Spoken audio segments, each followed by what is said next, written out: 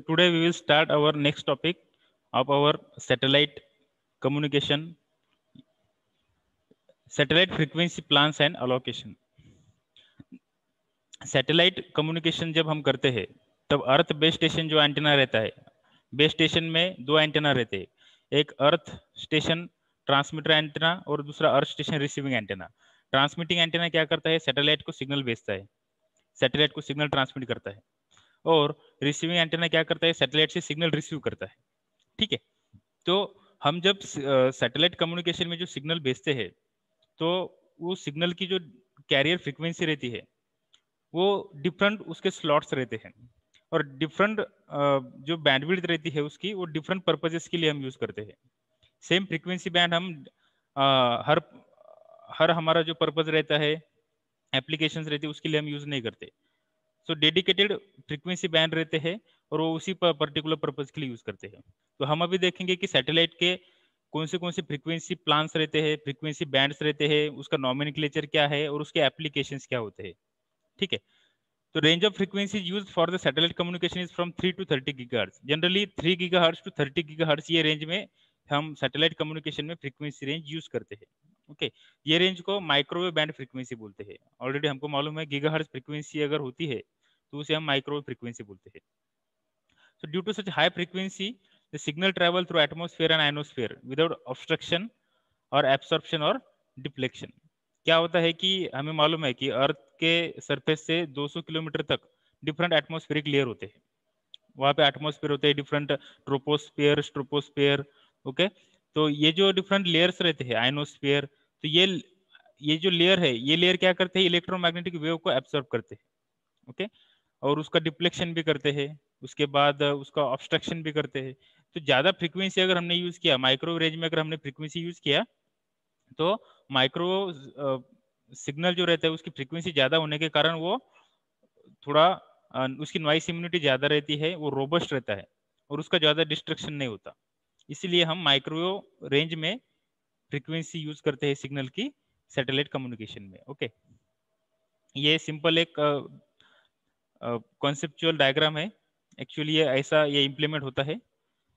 ये transmitting earth station है और ये रिसीविंग अर्थ स्टेशन होता है। यहाँ पे डिश एंटेना यूज किया जाता है, पैराबोलिक डिश एंटेना, ट्रांसमिशन और रिसीविंग पर्पज के लिए। ग्रेगोरियन एंटेना या फिर हम कैसिग्रेन फीड एंटेना भी यहाँ पे यूज करते हैं। तो ये अपलिंक फ्रीक्वेंसी होती है।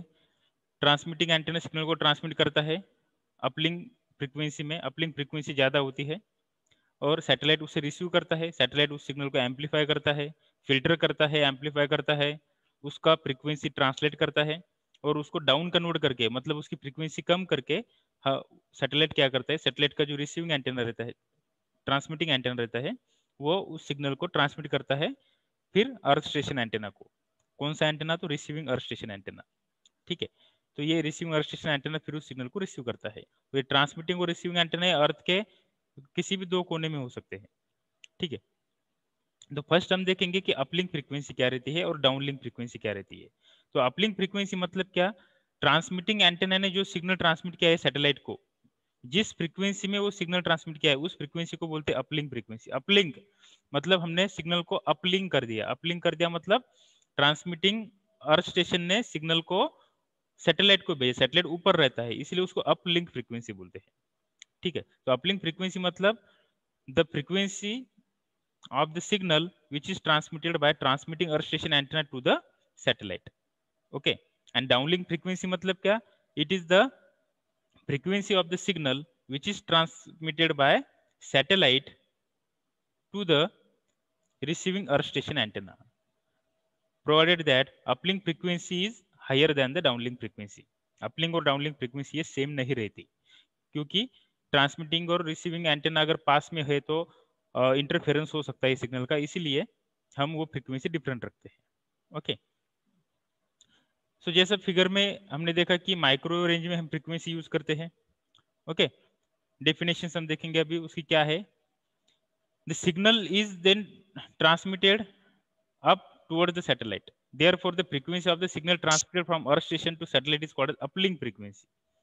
अपलिंक फ्रीक्वेंसी ये क्या रहती है, ज्यादा रहती है, फिर सैटेलाइट क्या करता है, उस अपलिंक फ्रीक्वेंसी को डाउनलिंक फ्रीक्वेंसी में कन्वर्ट करता है और फिर रिट्रांसमिट करता है रिसीविंग अर्थ स्टेशन एंटेना को। ओके, अब ये हमें सिग्नल ट्रांसमिट करने के लिए कितनी पावर लगती है वो डिपेंड करता है कि हमने बीम कैसी फॉर्म की है। अगर बीम नैरो होती है तो हमें कम पावर लगेंगे, ठीक है। अगर सपोज ये दो बीम है, सैटेलाइट ने क्या किया, ये ऐसी सपोज ये ट्रांसमिटिंग एंटेना है, ट्रांसमिटिंग एंटेना ने क्या किया, सैटेलाइट को ऐसी बीम ट्रांसमिट किया ऊपर, और दूसरा है, दूसरी बीम सपोज ये ऐसी है, तो दोनों में से नैरो कौन सी है, ये। सो सपोज ये सेकंड है, ये फर्स्ट है, तो ये सेकंड वाली बीम में हमें कम पावर लगेगा, फर्स्ट वाली बीम में हमें ज्यादा पावर लगेगा, क्यों, क्योंकि ये ब्रॉड है, ठीक है। सो कौन बीम कितनी नैरो है उस पर डिपेंड करता है कि कितनी पावर लगेगी हमें अर्थ स्टेशन से सैटेलाइट तक सिग्नल भेजने के लिए, हमें कितनी पावर लगेगी वो डिपेंड करता है कि हमारी बीम की विड्थ कितनी है। बीम जितनी नैरो रहेंगी उतना हमें कम पावर लगेगा। ओके, तो डाउनलिंक फ्रीक्वेंसी है नेक्स्ट। डाउनलिंक फ्रीक्वेंसी क्या होती है, the satellite services signal coming from the earth station amplify it, the satellite receives signal coming from the earth station, amplify it, change its frequency to a lower frequency, उसको down conversion बोलते हैं, and radiates back to the earth। Okay, तो definition क्या है, the frequency of the signal transmitted from satellite towards the earth station receiving antenna is called a downlink frequency। Satellite से अर्थ receiving station तक जो signal आता है उसको क्या बोलते हैं, डाउनलिंक फ्रीक्वेंसी, और ये डाउनलिंक फ्रीक्वेंसी कम रहती है अपलिंक फ्रीक्वेंसी से। ओके, और ये डाउनलिंक फ्रीक्वेंसी कितनी रहनी चाहिए, अपलिंक फ्रीक्वेंसी कितनी रहनी चाहिए, ये कौन डिसाइड करता है, इंटरनेशनल टेलीकम्युनिकेशन यूनियन। ये दुनिया की सबसे बड़ी टेलीकम्युनिकेशन रेगुलेटरी अथॉरिटी कमिटी है। किसी को भी अगर सैटेलाइट लॉन्च करना होता है स्पेस में, उसको फ्रीक्वेंसी बैंड अलोकेट करना होता है, तो हर किसी को, फिर वो नासा रहो, इसरो रहो, कौन सी भी स्पेस एजेंसी रहो, उनको इंटरनेशनल टेलीकम्युनिकेशन यूनियन की परमिशन लेना पड़ता है।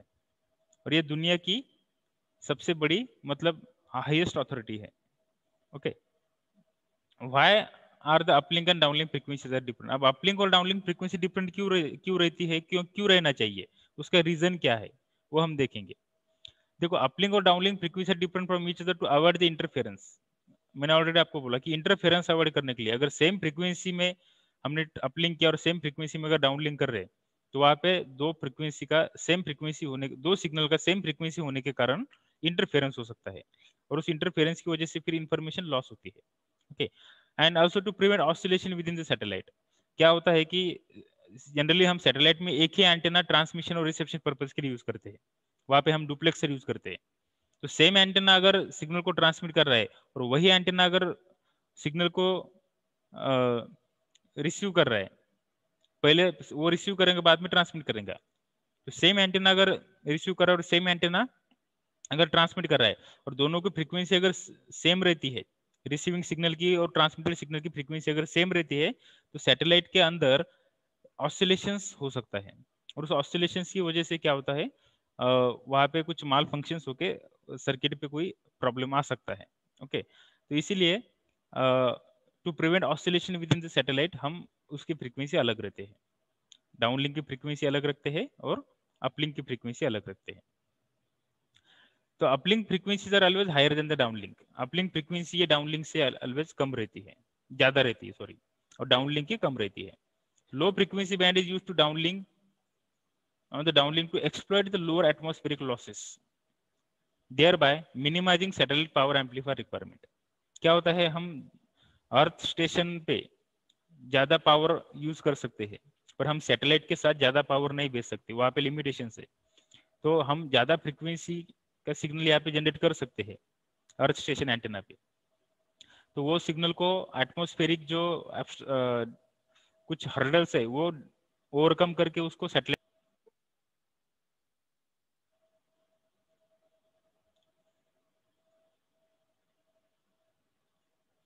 हम ज्यादा पावर यूज कर सकते हैं अर्थ स्टेशन ट्रांसमीटर पे, पर हम सैटेलाइट के साथ ज्यादा पावर नहीं भेज सकते, वहां पे लिमिटेशन होता है पावर का। इसीलिए हम ज्यादा फ्रीक्वेंसी और ज्यादा पावर का सिग्नल यहाँ से ट्रांसमिट करते हैं, क्योंकि हमें एटमॉस्फेरिक जो डिफरेंट लेयर्स है वो भी ओवरकम करना होता है, और ये ओवरकम करने के बाद सिग्नल जब सैटेलाइट तक जाता है तब वो सिग्नल की मिनिमम इतनी स्ट्रेंथ होनी चाहिए कि सैटेलाइट की सर्किट उसे डिटेक्ट कर सके। फिर सैटेलाइट ने अगर उसे डिटेक्ट कर लिया तो फिर सैटेलाइट उसको एम्पलीफाई करेगा, उसकी फ्रीक्वेंसी ट्रांसलेट करेगा और फिर लो फ्रीक्वेंसी में सिग्नल को वो क्या करेगा, लो फ्रीक्वेंसी में फिर रिट्रांसमिट करेगा रिसीविंग एंटेना की तरफ। तो रिसीविंग एंटेना हम सेंसिटिव यूज करते हैं सो दैट कि वो सैटेलाइट से आए हुए सिग्नल को वो कितनी भी उसकी वीक स्ट्रेंथ रहो उसको वो डिटेक्ट कर पाए। ओके सो ये होगा उसका रीजन कि हम क्यों उसको ज्यादा रखते हैं अपलिंक फ्रीक्वेंसी को और डाउनलिंक को हम क्यों कम रखते हैं। अब नेक्स्ट है फ्रीक्वेंसी प्लान अलोकेशन।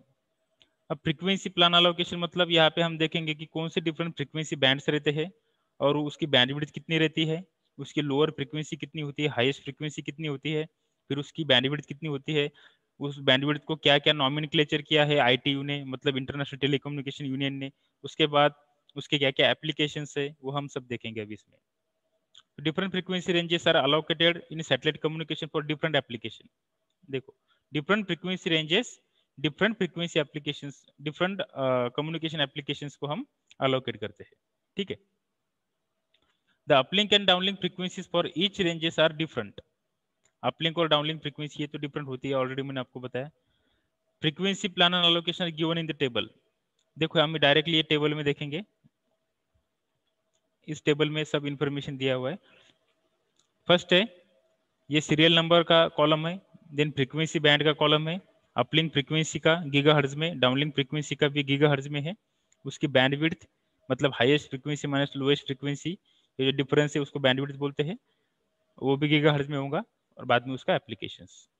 अब देखो फ्रीक्वेंसी बैंड और उसको नॉमिनक्लेचर का UHF band, ultra high frequency band. Uplink frequency कितनी है 0.292 टू 0.312, ये अपलिंक फ्रीक्वेंसी है, यहाँ से यहाँ तक यूएचएफ बैंड में हम यूज करते हैं।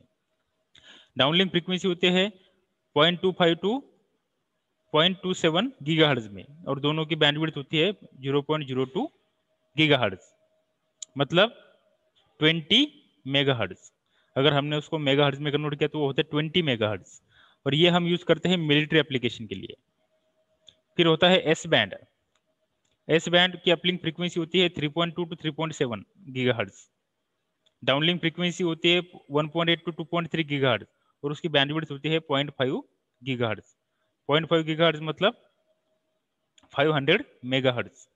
और उसके एप्लीकेशंस होते हैं TV transmission used by Doordarshan to transmit its 14 different language channels. Doordarshan जो रहता है डीडी, तो वो ये फ्रीक्वेंसी बैंड यूज करता है, ये अपलिंक के लिए और ये डाउनलिंक के लिए, और जनरली ये 14 डिफरेंट लैंग्वेज के चैनल्स ब्रॉडकास्ट करने के लिए यूज करते हैं। फिर होता है सी बैंड, ये नॉमिनक्लेचर आईटीयू ने दी है, इंटरनेशनल टेलीकम्युनिकेशन यूनियन ने। सी बैंड, सी बैंड की अपलिंक फ्रीक्वेंसी बैंड होती है 5.9 टू 6.4 गीगाहर्ट्ज, और डाउनलिंक फ्रीक्वेंसी होती है उसकी 3.7 टू 4.2 गीगाहर्ट्ज, और उसकी बैंडविड्थ होती है 0.5 गीगाहर्ट्ज मतलब 500 मेगाहर्ट्ज। उसके एप्लीकेशन से TV broadcasting, example Star TV program, Star TV के प्रोग्राम में हम जनरली ये बैंडविड्थ यूज करते हैं, ये डिफरेंट फ्रीक्वेंसी और ये बैंडविड्थ। फिर होता है X band, 7.9 to 8.4 gigahertz uplink frequency होती है, 7.25 टू 7.75 गीगाहर्ट्ज ये होती है डाउनलिंक फ्रीक्वेंसी, 0.5 उसकी बैंडविड्थ होती है। अगर हमने ये दोनों का ये किया सब्ट्रैक्शन अगर किया, highest frequency minus lowest frequency अगर किया तो हमें 0.5 मिलता है। इसका यूज होता है मिलिट्री पर्पस के लिए, मोबाइल रेडियो रिले के लिए, शिप एयरक्राफ्ट में उसका यूज होता है। उसके बाद केयू बैंड होता है 14 to 14.5 gigahertz uplink, 11.7 to 12.12 gigahertz downlink, 0.5 उसकी बैंडविड्थ होती है, और टीवी ब्रॉडकास्टिंग और नॉन मिलिट्री एप्लीकेशन के लिए उसका यूज होता है। फिर के बैंड कमर्शियल कम्युनिकेशन के लिए उसका यूज होता है। 27 टू 30 उसका अपलिंक फ्रीक्वेंसी होता है, 17 टू 20 उसका डाउनलिंक फ्रीक्वेंसी होता है। उसके बाद 3 गीगाहर्ट्ज उसकी बैंडविड्थ होती है, बहुत बड़ा बैंड है, और एक कमर्शियल ब्रॉडकास्टिंग के लिए यूज होता है। कमर्शियल मतलब इंटरनेट हो गया या टीवी हो गया, उसके बाद रेडियो हो गया, उसके बाद मोबाइल, ये उसके लिए यूज किया जाता है। फिर के बैंड मिलिट्री, ये के बैंड कमर्शियल है और के बैंड मिलिट्री है। तो उसका 30 to 31 गीगाहर्ट्ज उसका होता है अपलिंक। फिर 20 to 1 डाउनलिंक। उसके बाद ये 20 to 19 एक्चुअली, ठीक है। तो 20 to 19 ये 1 गीगाहर्ट्ज उसकी बैंडविड्थ है, ये मिलिट्री एप्लीकेशन के लिए यूज होता है। फिर वी बैंड होता है 50 to 51 gigahertz uplink, 40 to 41 gigahertz downlink. उसके बाद 1 गीगाहर्ट्ज उसकी बैंडविड्थ होती है और नॉन मिलिट्री एप्लीकेशंस के लिए यूज होता है। सो ये डिफरेंट फ्रीक्वेंसी बैंड्स, फिर उसके uplink frequency, downlink frequency range, फिर उसकी बैंडविड्थ और उसके एप्लीकेशन इस टेबल में हम देख सकते हैं। ओके, सो नेक्स्ट है अभी basic terminology used in satellite communication. यहाँ तक अगर किसी को कोई डाउट है तो आप पूछ सकते हो। ओके, नेक्स्ट टॉपिक में हम अभी देखेंगे basic terminologies used in satellite communication.